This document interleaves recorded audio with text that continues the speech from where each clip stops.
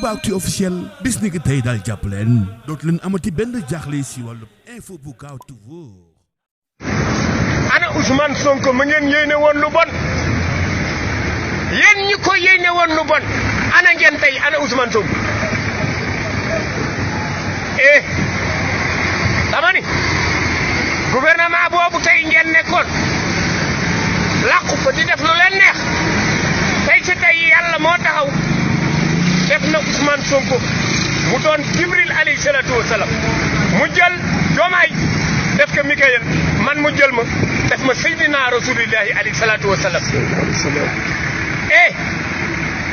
yéen ñi nekk ci Sénégal seen kàddu yu bon yooyu ngeen daan wax fu leen neex ngeen wax ko wax leen ka Macky Sall ma fa nekkoon waaye Ousmane Sonko day na leen leer ni la ngeen ko lebal la ngeen